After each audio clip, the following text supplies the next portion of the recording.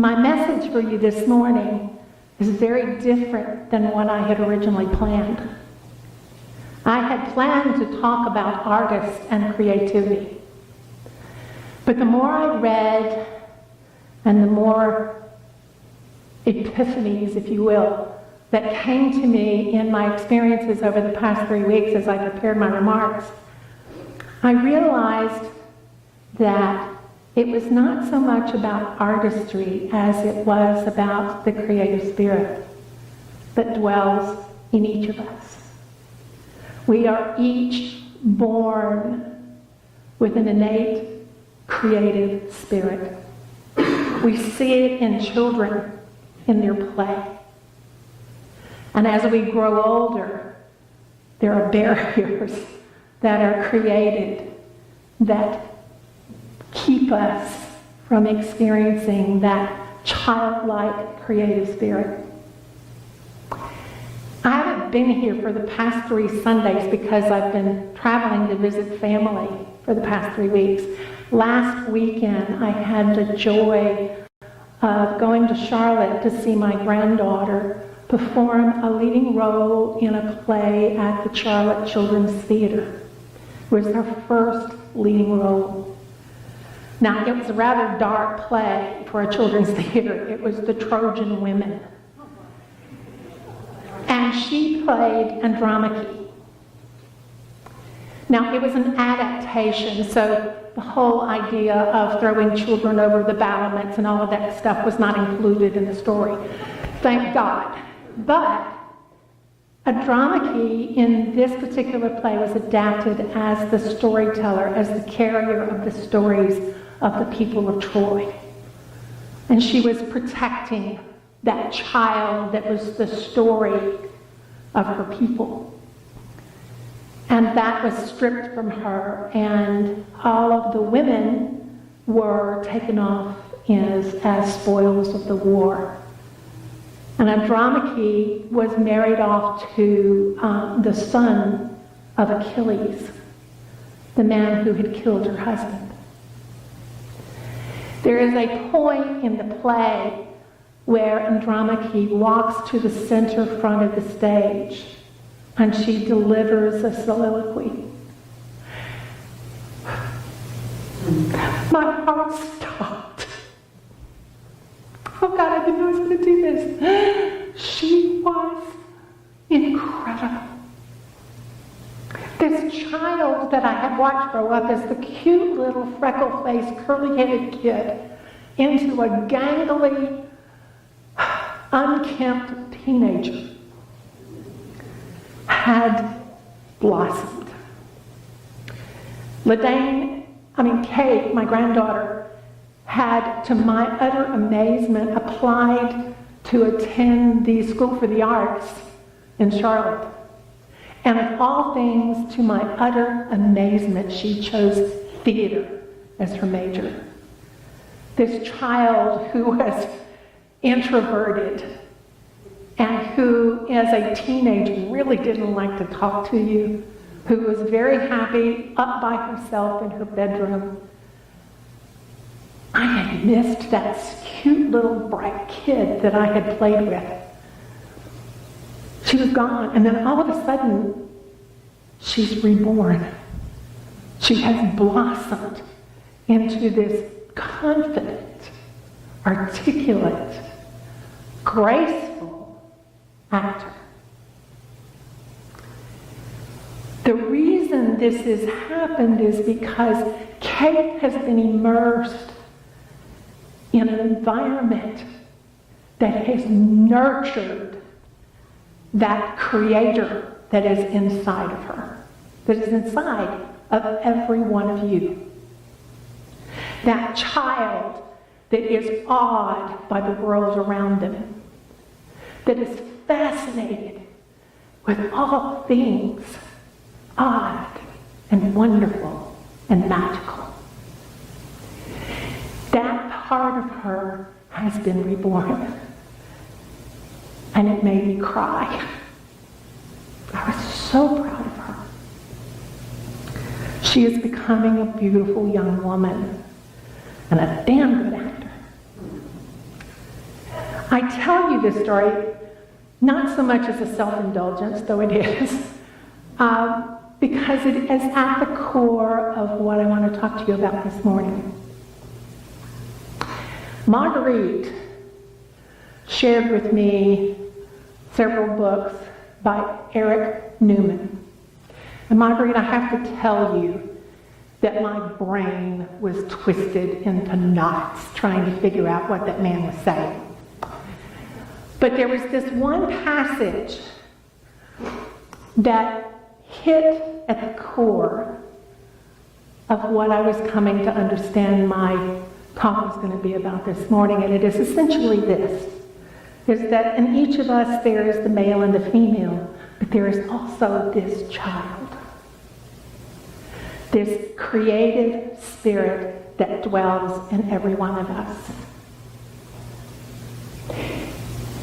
And it is in order for us to experience that true creativity that is our birthright, we have to nurture it.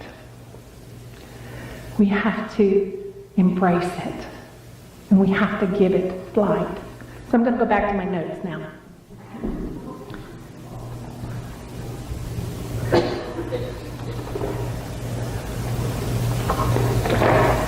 Eric Newman was a Jewish psychologist who was the student of Carl Jung. He wrote in this passage that kind of gained resonance with me about what he calls the unitary reality, or what is described by some universalists as the universal truth. It is our disconnection from the unitary reality of the world around us that causes much of the stress and suffering we experience in life. Newman says that every normal person lives in the world of ego and conscious mind. There are differences individually, typologically, and conditioned by age in each person's relationship with the unitary reality. What sets the creative person apart is his or her openness to the unitary reality that binds the wholeness of the world around us. Creativity dwells inside of us in diverse ways and to varying degrees. Again, I quote Newman.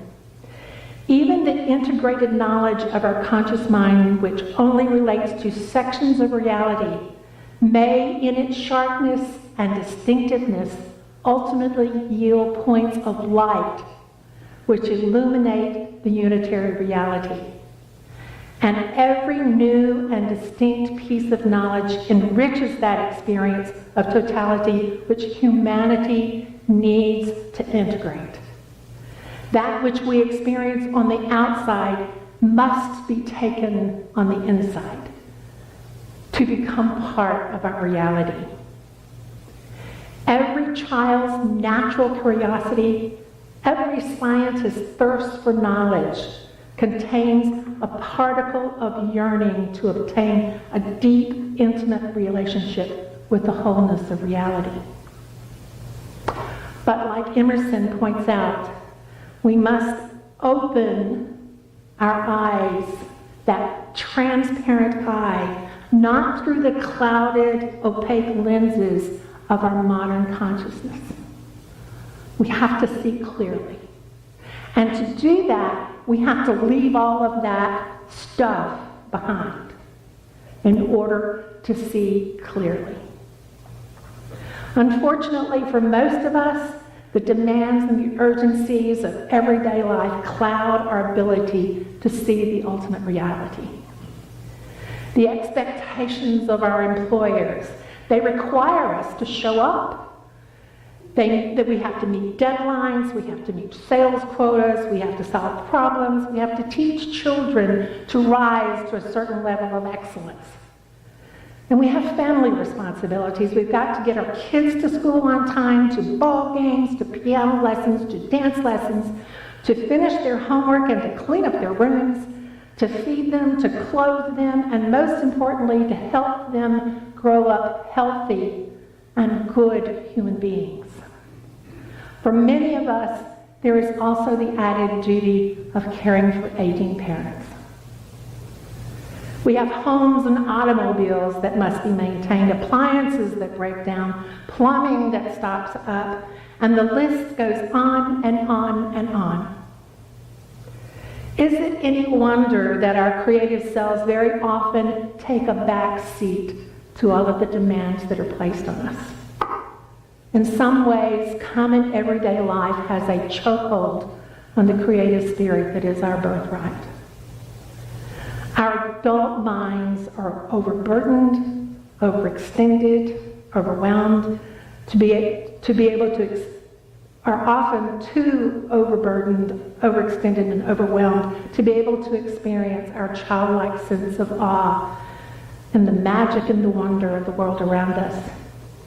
It is this separation between our adult consciousness and the creative spirit of the child that is, for us, actually one of the crucial problems that causes tension in our lives.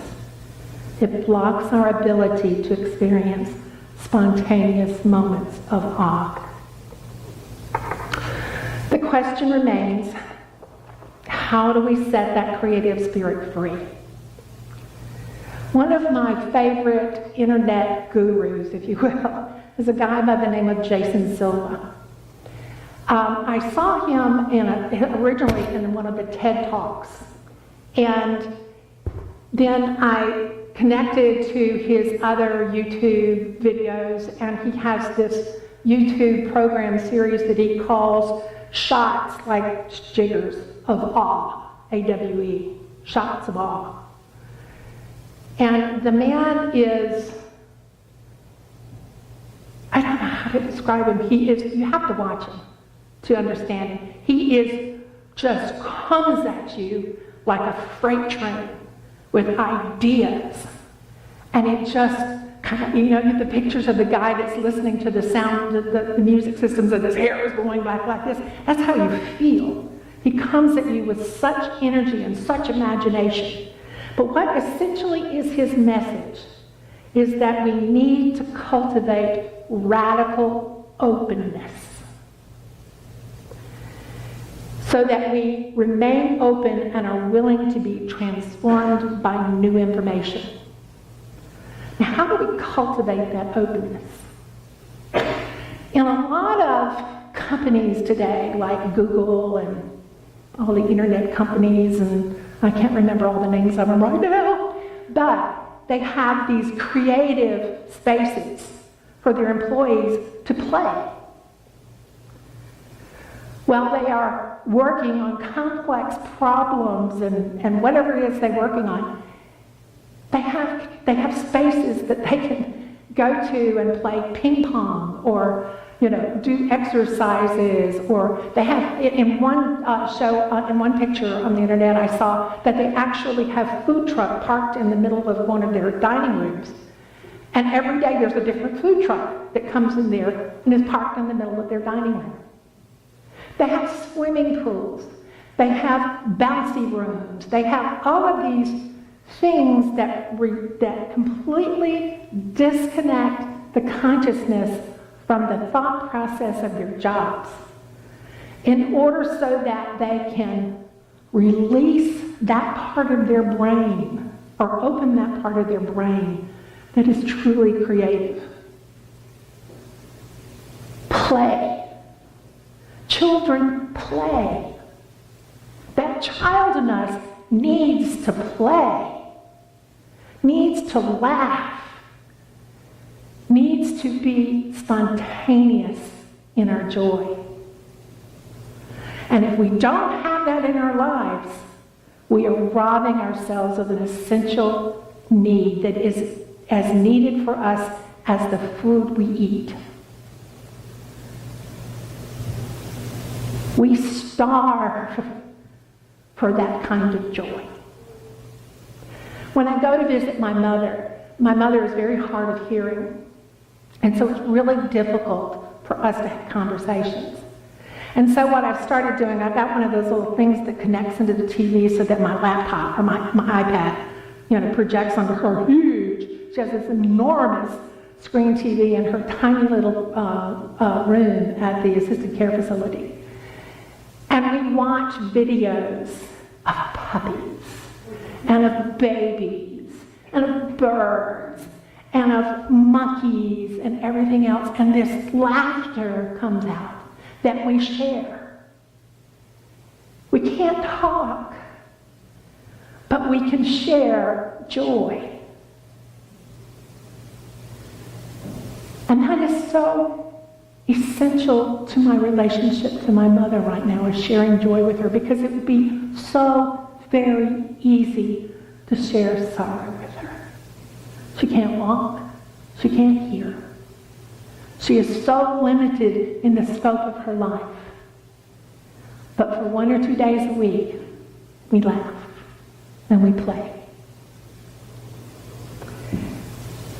The other way that Jason points out that we can access that creative part inside of us is by going out into the woods, into the wilderness, into our backyards, like I was talking to the kids about. And checking out that stuff that Emerson talked about, that need for, for accomplishing, that need for gain. Just check that out of your brain. You don't go into the woods to solve your problems. You go into the woods to be released from them, so that your brain can be cleansed of all that detritus. And miraculously,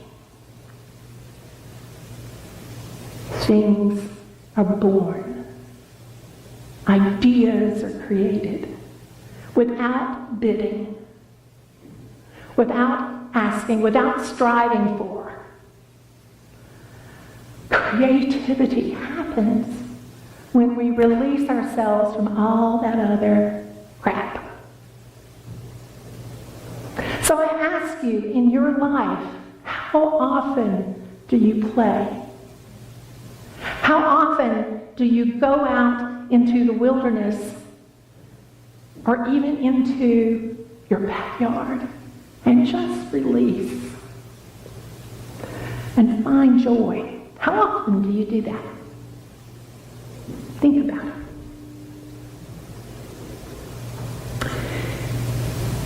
There are many artists in our congregation, and my original thought was that I was going to talk about all these artists and all this creativity that we have in this congregation. But in talking to several of them, what I realized that their real joy, when they're able to completely immerse themselves into their art, is when they are not trying to create something specific. A couple of weeks ago, before I went to Charlotte, I went to Asheville. And I was scouting for my service auction trip that I have planned to take a group to the Artist District in Asheville. And I went to the studio of, I forget his name, Gerard Butler. And he has these enormous canvases, and he allows the audience to come in and watch him. And he literally gets slashing paint like this, and whoop and whoo, and all of a sudden brilliance occurs. And how the heck he does that, I have no idea. You walk around his gallery and it's absolutely breathtakingly beautiful. I learned something from him in that experience.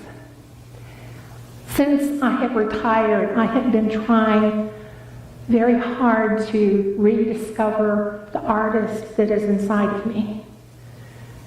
There is one in there. I believe it. Because as a child, I loved to paint, and I loved to draw, and I loved to fix things and make things and everything else. But I've had little opportunity to do that in my adult life. And so she's gotten kind of pressed down inside of me. And now when I try to paint, I know y'all notice that my hands shake. I have this thing called benign essential tremor. I can't paint the things I used to paint. And what I discovered from Gerard is I can just, and I don't have to worry about how precise I am. That process, and I haven't done it yet because I don't have enough space yet, and I got to create space so that I don't get paint all over my clothes and everything else. But I'm going to do it. And in the next 2 weeks, my brothers are coming to town, and they're going to move all this stuff out of the way, so I'm going to create my larger artistic space. And I am going to go to town, and I am just going to let the paint flow. And I have in my heart this idea that when I do that, that child that loved art is going to be reborn. I believe that. So what is it inside of you that is hungering to create? What is that passion inside of you? Whether it is music, whether it is cooking, whether it's writing, whatever it is, what is that inside of you? Jason talks about creating a Venn diagram and choosing 3 things that are really important to you.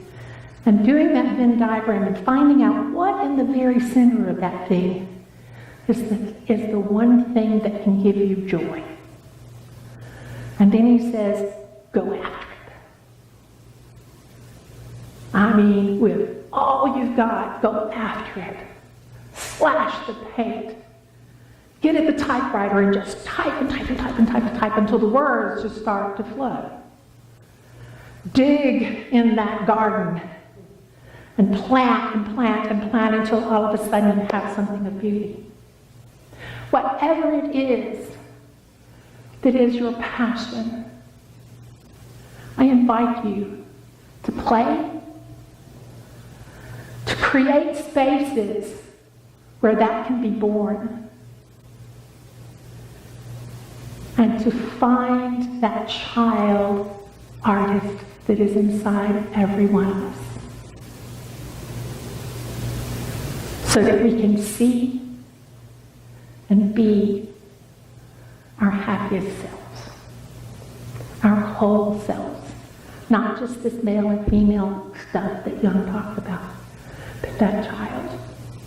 Let that blossom, let that come out of you, and be happy and find joy. Amen.